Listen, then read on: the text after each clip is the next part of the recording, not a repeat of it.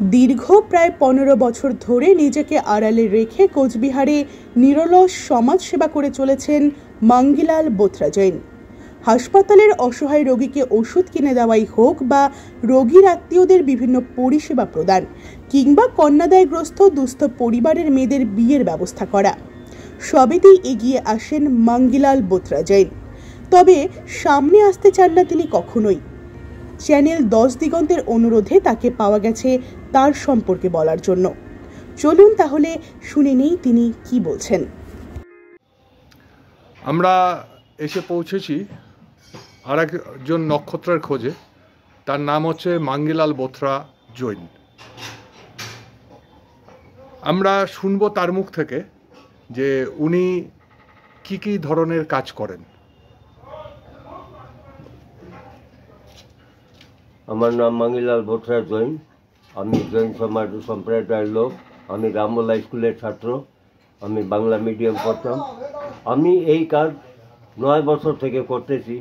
তার কারণ আমার 9 বছর আগে আমার মা 92 বছর বয়সে খুব সিরিয়াস হয়ে মারা গেল। আমার কাছে ওষুধ কেনার পয়সা ছিল না। একটা ইঞ্জেকশন 970 টাকা ডেইলি লাগতো।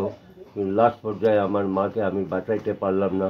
তখন আমার মাথায় ঢুকলো যে একটা ইঞ্জেকশনের জন্য আমার মাকে বাঁচাইতে পারলাম না, আমি কোনো পয়সা গত করব না, আমি গরিব দুঃখীর সেবা করব।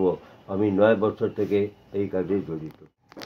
আচ্ছা মাঙ্গিলালদা, আপনি যে 9 বছর ধরে যে কাজগুলো করছেন, সেই কাজগুলো করে আপনি নিজে কতখানি আনন্দ পান? আমি 100-র মধ্যে 105%ই আনন্দ লাগে আমাকে। আমার যদি 20,000 টাকাও যদি আমার সপ্তাহে লাগে তাও আমার ব্যথা লাগে না। খুব আনন্দ লাগে গরিব দুঃখীর সেবা করে। আপনি কি করেন? আমি একজন ফেরিওয়ালা। আমি পাঁপড়, ঝুড়ি ভাজা, ধূপকাঠি বেচি।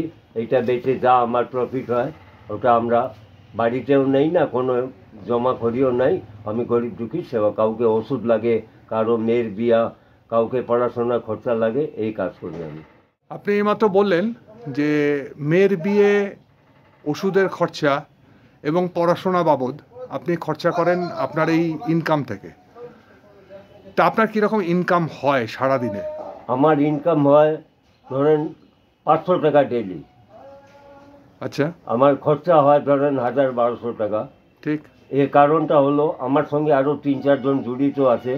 ওরা জানে যে একজন হলো মতিলাল জৈন, একজন হলো সুরত ট্রেডার্সের মালিক, লক্ষ্মীনারায়ণ বস্ত্রালয়ের মালিক, আর একজন আছে এক বিহারি চাউলের হোলসেলার মুন্না বানিয়া।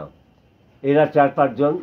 মানে আমি এখন ভয় চোটে ওদের সামনে যাই না, গেলেই ডাকে বলবে এই 1000 টাকা রাখেন তো, এই 500 টাকা রাখেন তো, গরিব দুঃখীর সেবা করেন।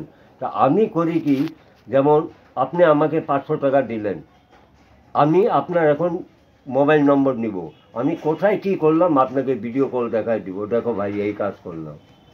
মাঙ্গিলালদা, আপনার আমাদের শোনা আর কি যে আপনি প্রত্যেক দিন সন্ধ্যাবেলা হসপিটালে, মানে আমাদের এখানে যে MGN medical college and hospital আছে, সেই হসপিটালের সামনে আপনি দাঁড়িয়ে থাকেন এবং সেখানে যদি কোনো রকম গরিব দুঃখীরা ওষুধ কিনতে পারছে না সেরকম যদি লোকজন আপনার কাছে এসে সাহায্য চায়, আপনি তাদেরকে নির্দ্বিধায় সেই সাহায্য করেন। হ্যাঁ, মানে এটা কি ঘটনাটা সত্যি? একদম সত্যি।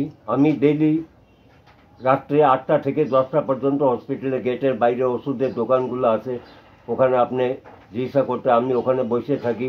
দেখলাম কোনো বৃদ্ধ মহিলা বা পুরুষ আসলো, দাদা এই ওষুধটা আছে, কত দাম? 370 টাকা।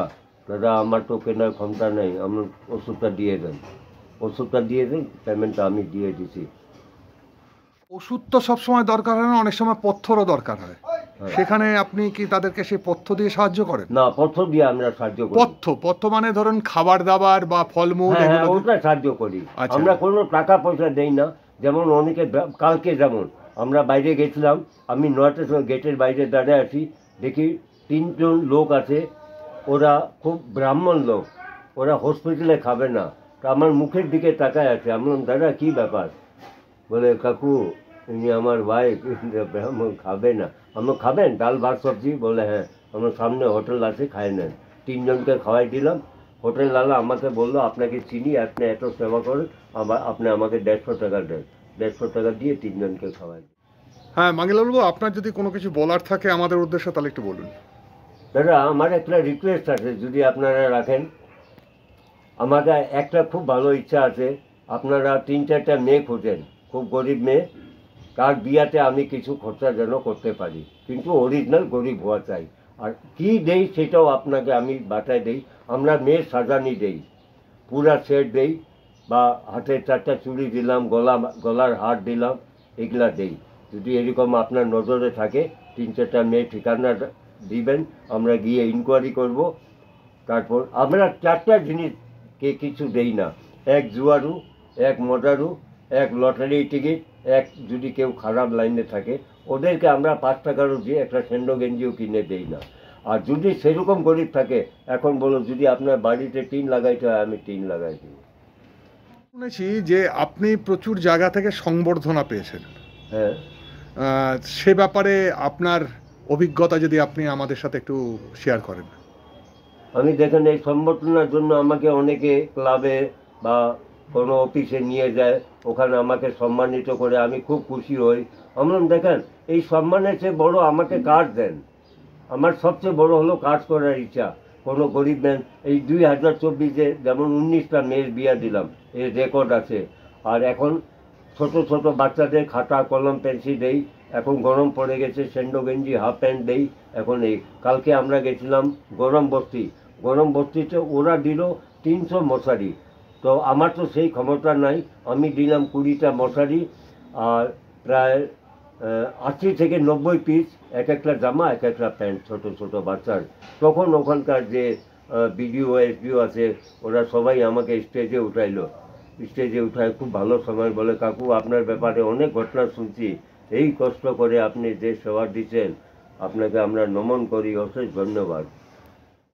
আপনার জীবনে মানে আপনি তো এরকমভাবে সেবা করে যাচ্ছেন, তো এই সেবা করতে গিয়ে আপনি জীবনে কোনো রকম ঠগবাজ যারা বলে আর কি, হ্যাঁ, হ্যাঁ, যে আপনাকে ঠকিয়ে নিয়ে যাওয়ার একটা পরিকল্পনা, যে আপনি এরকম সেবা করছেন, আপনার কাছ থেকে গরিবের ভান করে হ্যাঁ, আপনার কাছ থেকে ঠক করে সে টাকা নিয়ে নেওয়া বা জিনিসপত্র নিয়ে নেওয়া, এরকম ঘটনা ঘটে? 2-1 বাইর হয়েছে। আচ্ছা, যেমন আপনি বললেন যে মাঙ্গিলাল বাবু অমুককে দেন, খুবই গরিব। তারপর আমি গিয়ে ইনকোয়ারি করতে গিয়ে দেখি ও তো সারাদিন দারু খায়, জুয়া খেলে, আর বাড়িও বিরাট বাড়ি। ওকে দিয়ে লাভ কি? দিয়ে তাকে লাভ দিয়ে বেচারা একজন খাইতে পারতেছে না, মেয়ের বিয়া দিতে পারতেছে না। আমি দেখেন দাদা, ইনকোয়ারি না করে আমি 5 টাকাও দেই না।